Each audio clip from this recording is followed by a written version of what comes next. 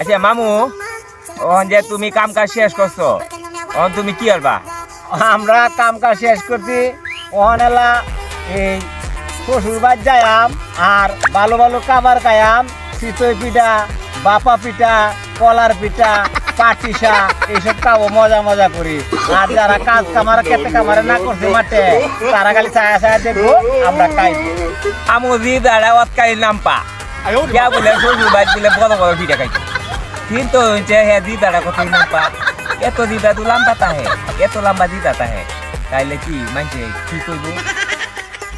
দেখ কোন কাউয়া করে কাউয়া নিজের বাইক খাইতে পারে না, পরে বাড়ি খাবার লাগিয়া আশা হয়ে তাহে। রে বাইক না, আমি খাইয়াম তো তোরও তো পেট ফুলান থেকে রে। হ্যাঁ, এটা তো আমি রইসবির ছায়া পাইতাছি না তো। হ্যাঁ, আমার কাম লয়ে তুই অত এই এই ফাটল দরস কেল লাগিয়া।